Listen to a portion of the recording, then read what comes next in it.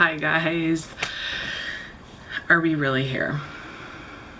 Is it really 40 weeks and I still don't have a baby?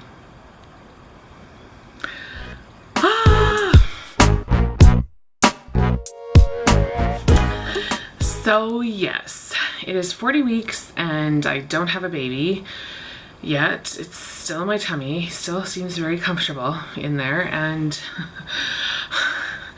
I can't even believe I'm having an October baby. Something I didn't think would happen, but it is going to happen because yeah, he's gonna be born this month, so I do have an October baby, which is kind of cool because now my boys will have a birthday, although still very close to each other. Even if he's born 42 weeks, they're still going to be, you know, within 3.5 weeks of each other, but at least they both have different months. So Josiah can have September and this one can have October, and that's kind of nice. I don't have very much to update anyone on.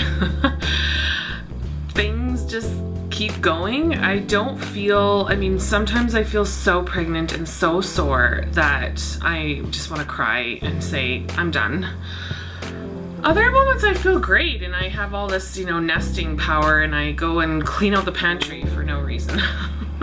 So, I don't know. I've had contractions like pretty consistently now for 2 or 3 weeks. They've gotten stronger in the last week, definitely, but they're still not, like, they usually make me, this is the face I get. This is when I know it's kind of like hitting medium, you know, like it's not just like a plain old pressure wave. I'm like, which isn't good. You're supposed to be wrinkling your nose because that means that you're tightening. And so I have to be like, push that out, and I visualize my cervix opening. But besides that, nothing else has really happened. I have no, and I didn't get checked. I didn't have a cervical check because I just thought, I mean, you can be 1.5 centimeters or you can be 3.5 centimeters dilated for 3 weeks and nothing happens. Other people have a nice hard long cervix, is totally closed, and within 12 hours they have a baby. So I just was kind of like, at least until 40 weeks, I'm just not gonna even worry about the cervical checks because I don't have to. My midwives don't care. And I know it's gonna stress me out because if I was like 4 centimeters, let's say, I'm gonna be like, holy crap, it's gonna be happening. And I'd have all this pressure on myself, but nothing could happen, as it has not. Or I could be, you know, have no cervical dilation or super small, like 1 centimeter or something ridiculous. And then I'll be like, are you serious? I've been contracting for 3 weeks and I have 1 centimeter dilation. So I just thought, you know what, let's just not even deal with it because it's just gonna add more stress to my life, and we'll just not do that. I've been really trying to walk a lot lately, so my walking has really helped with the swelling. Every day that I have some swelling, I usually go for a nice little walk, and by the time I'm done the walk, the swelling's really a lot less.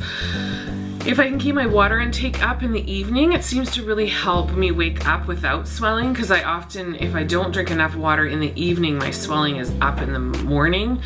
My midwives, again, are not worried about it because I have no other symptoms of preeclampsia, and yeah, my blood pressure was totally normal my last appointment. So my midwife told me, she's like, just stop freaking out about it, because she's like, unless we're worried, you shouldn't be worrying because you don't need any more worry in your life. So I have decided not to worry about it most of the time, and because, you know, it's kind of hard to stop worrying completely, but yeah. The other thing was that I also measured at 42 weeks again, so I hadn't gotten any bigger, which is great. I'm hoping that this week, if I make it to another appointment, oh my gosh, I can't believe it if I do, but if I make it to my 41.5 or my 40.5 week appointment, because my appointments, sadly, because I'm due on Sunday and my appointments are always on Thursday, I always see them like kind of a week, like a half a week after I've turned my number.